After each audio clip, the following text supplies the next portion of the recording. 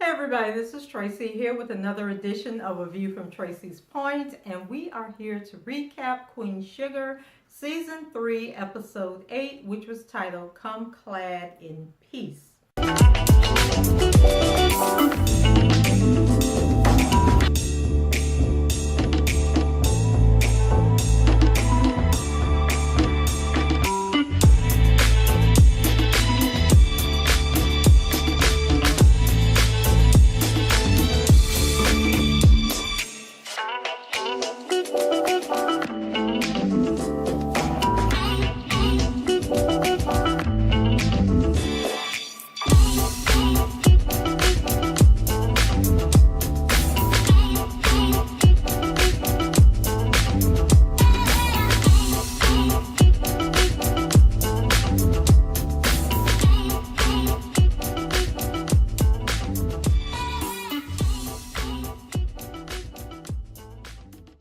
So this episode of Queen Sugar focuses a lot on Prosper and the fact that if you guys remember back on episode 4 or either 5, Charley found out that Prosper was being evicted from his house. So now it is time for him to leave the property.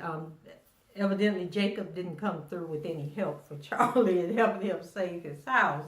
So when the show originally opens up, we have Aunt Vi, and she's delivering this, her idea for what she wants to do for the pie business by opening up the storefront instead of doing what the Rollins guy wanted to do. And so we think that she's talking to him, and she's, giving her a little pitch. And it turns out that she's actually talking to one of the waitresses at the High Yellow because she's waiting on Prosper to come, and the two of them are going to have brunch together. And one thing I got to thinking about, Aunt Vi ain't consulted a lawyer yet about this deal. Like, is she going to let somebody with some legal experience go over this contract and tell her if it's a good idea or not? Is she going to talk to a business consultant who can say, well, yeah, his idea is better or your idea is better, which one would be more viable, which one is more suitable than her? We don't get any of that. So over at Prosper's house, so Charley goes over and she realizes that he hasn't finished packing up his belongings. And she asks him, like, why won't you reach out and, ask for help? And so he's like, this house is all I have left. And so it's kind of really heartbreaking to see like an elderly person, and this is something that they worked for all their life, and then they lose it. It kind of reminds you of what was that, the Florida Mass Choir, and they had that song, oh my God, what's the name of that song by old lady, when the old lady, her husband died and everything, children gone. No, I think she said her and the husband didn't have no children. But anyway, she done fell behind on her rent, and the man come to kick her out the house. And, he kept calling her old lady, and so she got to leave the house, and she get up and grab her cane and a sweater and leave, and just leave everything that she ever had, all her possessions that she couldn't fit in her one little satchel bag. She left it. But it's a gospel song. If you get a chance, check it out. It's the Florida Mass Choir, and I think it's either soon. It'll all be over, or old lady. Look either one of them up, and it's just like a really nice song. Anyway, Prosper say he can't pack up all that stuff, and where he gonna take it if he pack it up anyway? And then we find out that he told his daughter not to come, and we don't know where Prosper gonna go and live, since he don't want to burden the daughter with anything. And so Charley's all upset and basically tells him, to go on and meet Aunt Vi, that her and Nova will pack up the house and, get everything in storage and taken care of. And so she also lets him know that he can come and live with her. And, that Aunt Vi got room, she got room. Like, they're not just going to let him go into some boarding house or go, try and rent an apartment or something when he really can't afford to do it. And plus, he's like family, so they're not going to just leave him out in the cold. So as she's thinking about like how her and Ralph Angel and Nova can help Prosper, she started thinking about like how hard it was for her and Micah to give up their life in California and move to Louisiana, after the whole Davis rape scandal. And so, you know, she's like, I can't imagine having your whole life uprooted, you know, in your 70s, like you're in your 70s, almost 80 years old. So when Charley had offered Prospero, you know, telling Prospero, like, we're not going to let you go, you know, find a place to live, you know, we're going to take care of you. You know, he was like, oh, you're stubborn just like your daddy. And then Charley was like, why, thank you. You know, because that's basically how I'm going to handle this situation, because I know my daddy wouldn't just let you be out on the streets, so I'm not going to let you be out on the streets either. So then we have a scene with Micah with his new friends, no Kiki to be found. So I got the names as Aunt Aisha or Asha, Malik, and KJ. So they are at the house, and I have posted on social media, like, if you were Charley and you know, was well off, had this nice house with all this white and gray furniture all over the place, would your child be bringing all his friends over? Because it seems like ever since they got that house, Micah done had a house full of kids. All the kids been hanging out at Charley's place, eating her food, going all in the refrigerator, telling her to buy regular milk instead of almond milk, and look like she obliged, and to buy some better cereal and all of this here. So, you know, once again, the kids is all at the house, and so they were looking over the pictures that Micah took when they were at the plantation that day. And then Micah, you know, told them about the whole, how they're trying, the Landrys are trying to take over the property so that they can build this prison. So the kids are sitting there trying to think about, okay, what can we do to protest and bring awareness to what's going on? And so Charley comes in with Prosper and, you know, lets them know that Prosper's going to be staying with them. And I think the kids left at that point, and she kind of left Micah in charge to get Prosper all settled in, take his bags upstairs to his room. And I'm sitting there saying, now how Prosper, who about to have surgery on his hip or his back or whatever his ailment is, how he gonna get up and down them stairs in Charley's house? And as big as that house is, isn't there like some servant quarters or something in that house, like where the nanny or the cook or whoever usually have like their bedroom off the kitchen somewhere? Charley don't have one of them in her house, because I just don't see how Prosper gonna be walking up and down them stairs. But Charley lets him know that she's gonna get his reclining chair for him and get that delivered and put in the living room. And throughout the show, you know, Prosper was sitting in that chair when it finally came, falling asleep. And it just reminded me so much of my dad, how my dad used to have his favorite chair, and he would sit there in that chair and he would fall asleep. And if you walked out into the family room, he swear to God, he knew exactly what was going on that TV. And actually, when the night that my dad, I think I told the story about my dad passing away when I was recapping This Is Us one episode. But basically, he was sitting in this chair, and my mom had came through, and so he had kind of like slid down in the chair. And she said she had pulled him back up, but he had actually suffered a massive stroke, and he ended up passing away a couple of days later. But it was just no surprise that he had been sitting in the chair, and that she thought, you know, that he had fallen asleep, when in actuality he had not. But Prosper really, really reminded me of my dad. And then I think there was a scene where he actually was asleep, and then Charley and Nova had came in, and Prosper didn't move, and everybody on social media was like, oh my God, let him be okay, let him be okay. And so I was just having flashbacks, but then he was just sleeping. He did wake up. Move over to Darla. So Darla has been on a mission since she came back from Washington, D.C. She is just all a brand new person and everything. And so, you know, she, I guess, fixed her relationship with her parents, and they then gave her all this emotional and financial support and bought her this house and everything. And so she wants Blue to come live with her. And so Ralph Angel comes over to visit, and so she's giving Ralph Angel a tour, and you can just see the little green monster just flaring up in his brain as he's looking at how nice Darla's house is. And so she shows him Blue's room, and she done decorated the room with some kind of nautical theme or something, and he got like the bunk beds and, you know, the different color walls, and she done painted these planets, and I don't know what Blue had going on in that room, but whatever it was, Ralph Angel was feeling some kind of way about it. And then he turns around and he looks at the bunk beds, and why in the world was that damn Kenya doll sitting on that top bunk bed? And there's a meme going around of Blue Ivy, and they were saying when Ralph Angel turned around and saw that Kenya doll, that the Kenya doll was looking back at Ralph Angel and Darla, like how Blue had a little frown, how Blue Ivy have that frown on her face. You got to see it to understand it. And so then, Ralph Angel was like, we're supposed to be doing something like this too in Blue Room. Like, boy, you weren't gonna do nothing in Blue Room. So as they start discussing the schedule for Blue, it's like this awkward exchange over Ralph Angel said he think that since Darla got keys to his house, that he should have keys to Darla's house. And I was sitting there like, Negro, no, you did not. Darla got keys to your house because she used to live there and you didn't take your keys back. But Darla kind of like looked at him like, what you need keys at my house for? So she was like, okay, I can get back with you on that. I can get the keys back to you. So, but I'm like, girl, please. And then Darla wants to keep Blue more often than she has been.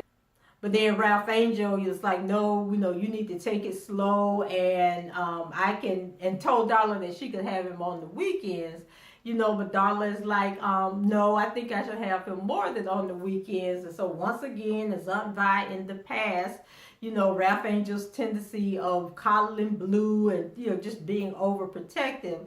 So he thinks that Blue needs time to adjust to Darla being back. But Darla is like, he don't need no time. He knows I'm back. He's happy I'm back. And I think that I should have him 50% of the time. But Ralph Angel keeps trying to come up with reasons why that shouldn't happen. And how, he don't understand how Darla thinks she could just roll back into town and act like everything is perfect. So then he decides to hit below the belt and says, what if you lose your job, huh? What about then? And I'm just like, so why you gonna act like that? And, and then I'm thinking she lost her job at the parking garage trying to fool around with you. And then you were the reason that she got fired from Charley's job. So maybe if she stay away from you, she won't lose her job. She'll be able to keep her job. But why is we arguing about jobs? Because Darla ain't got no job. So this is like a mute point. So, Darla withholding the secret, about Blue not being his, he wanted to throw that up also. And I'm just like, really, Ralph Angel, is this where you going to go? And so then, it's apparent that he's the type of person that wants to throw up your past. Like, he don't have a past. Yeah, Darla was in, on drugs in the crack house, but you was in the jailhouse. So both of y'all kind of trifling, if you ask me.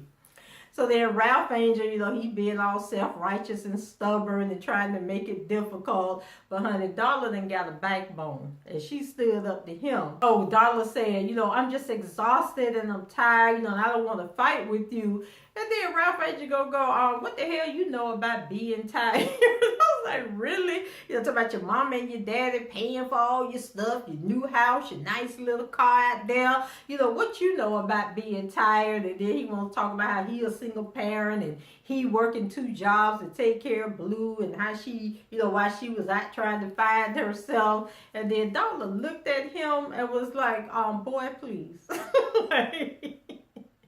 I got just as much going on as you got going on. And she's like, and so what if my parents helped me get this place? Did you pay for your house that you living in? Because I think your daddy gave you that house. And then Darla was like, and I'm sick of you, so see your way out. I don't even want you here no more. I was like, okay, Miss Darla. Then we go over to Aunt Vi. So it's finally time for her to actually pitch her idea to Rollins about having her own pie shop. But then she started having these symptoms and she went to fanning and couldn't breathe. So I thought Aunt Vi was having some hot flashes. Now, I haven't gone through the change of life, but from the way people describe it, that's exactly how Aunt Vi was acting. But then Aunt Vi tells Rollins that actually she said that she needed a drink of water. He was getting all upset, worrying about her and what was going on and everything. And so he offers to take her home. And so, she's embarrassed because she's going through this. But then the next day, she ends up telling him that she has lupus. And I'm just like, oh my God, why would you tell this man that you are sick? Because now he probably thinking like, well, why am I going to invest in her? She might die soon. She might not be able to perform or function well. So at first when he had came in, he told her that they needed an answer right away. But then after Aunt Vi said she had the lupus, he said, well, you take care of yourself, and, once you're feeling better, we'll readdress this. And then Aunt Vi was like, but I thought the investors needed an answer right away. And then he said, oh, don't worry about that. I'll talk to the investors. And that man hurried up and got up out that house. And she was just like, oh Lord, what I done did. But I'm like, I cannot believe she told him that. So hopefully, now I'm thinking he's going to go and research lupus and find out what lupus is. But Aunt Vi and the people on social media seems to think that he's going to bike out the deal. So then we have a scene with Nova, and she has talked to a friend of hers in DC, and they found out that Sam Landry's son, Colton, is friends with an old fraternity buddy named Thomas, and Thomas works for the Environmental Protection Agency. And so Nova discovers that there's nothing wrong with the soil on as Boudreaux has suggested, which they pretty much had already figured out. So then Charley urges Nova to steer clear, so that she doesn't jeopardize her book deal. And that, she might possibly, like if she starts digging around too much and asking too many questions, then it might get back to Landry and Jacob, and they find out, that they know what's going on. So I still wonder what Charley can do, to move things forward without exposing herself. And if she really can save Prosper's land or anybody else's land. And then if she does save the land, is she like, because all the people were leasing the land. So even if she's able to stop the jail from being built, what does that mean to the black farmers? Because the Landry still could turn around and sell the property, or just be mean and spiteful and not let the people move back on the property, or keep it, the ones that haven't moved. So the show pretty much ends with Ralph Angel got a big old bottle of Henny, drinking it, just taking it to the head. And so he's in Blue's room, looking around, feeling pitiful. Now, I thought Blue's little bedroom was cute, but he's sitting there feeling sorry for himself. So then Nova comes over, and she's trying to talk to him and see what's going on. And he's talking about, he's thinking about taking a second job at the mill, and not at the mill, but at the fish place, so he can get some extra money to redo Blue's room. And then he finally lets her know that, Darla then came back to town, and she got all this nice stuff. And then Blue, is going to turn against him. And then Nova was like, what are you talking about? Blue loves you. He understands, he loves everything that you do for him. Like, don't be getting in no pissing match with Darla, because that's not what parenting is all about. She, goes on to tell Ralph Angel, about the story that Prosper told her. And I thought it was so interesting that she told this long, dramatic story about the dad being depressed, but it was like, it was so hard for her to just say, Daddy was so hell-bent on keeping this land and worked himself into the ground that he was actually thinking about committing suicide. But she had to go all around the monkey's behind to keep from saying the word suicide. And so Ralph Angel looking at her like, well, what you mean? What you trying to say? So then finally she had to just come out and tell him the truth. And she was like, Daddy was so busy trying to hide his pain, and doing all himself, that it damn near broke him, but he survived, and Prosper came in and helped. And I was like, cha. And so what else happened? Oh, and then there was a scene where Ralph Angel had went to pick his check up. And Trin, she was handing out the checks, and she was all excited and talking about, ooh, when I turn 60, I hope I'm as beautiful as your Aunt Vi. And then she was talking about, Blue, how she liked meeting Blue and how much fun he was. And then she looked at Ralph Angel like, well, is you okay? And then Ralph Angel said, I'm going through some stuff, got to work some things out. And, okay, yeah, and then she looking at him like, okay, well, what's going on? What's wrong? But he tried to be all strong and hold it in. And, he was like, I just got to work some things out, So then she was like, okay, well, I'll give you some space. You go ahead on. So now she feeling some kind of way like, well, dang, what happened between, the party on Saturday and today that you acted all funky and everything. So I was like, child, it ain't gonna take long for Ralph Angel to show out on Trent like he show out on everybody else. And then after Ralph Angel had, so that was earlier in the show, and then after Ralph Angel had to talk with Nova, and Nova was telling him, don't be doing all this, and Blue love you the way that you are. The show actually ends with Ralph Angel, him and Trent, I think they would bike out at the fish place, and they were sitting there talking and everything. And so it looked like all is good in the neighborhood. Trent is kind of understanding, and the show goes off with her like holding on to his arm and leaning on his shoulder. And I was just like, girl, you ain't met the real Ralph Angel yet. Slow your roll, slow your roll. So guys, that's it for me. Let me know what you thought about this episode. Leave your comments below, rate the video, and subscribe to the channel if you haven't done so already. And until the next time, I shall talk to you guys later. Bye bye.